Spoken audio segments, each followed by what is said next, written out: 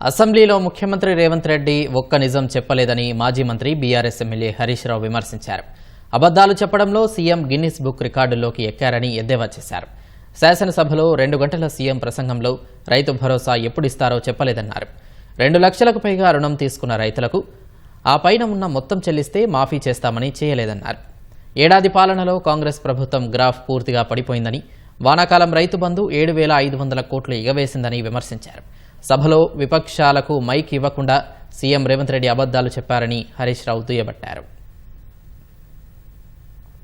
అబద్దాలు చెప్పడంలో గిన్నిస్ రికార్డును ఇలా రేవంత్ రెడ్డి గారు బద్దలు కొడతా ఉన్నాడు. 2 గంటల ప్రసంగంలో రైతు భరోసా ఎప్పుడిస్తాడో, ఎంత ఇస్తాడో ఒక్క ముక్కనన్నా చెప్పిండా?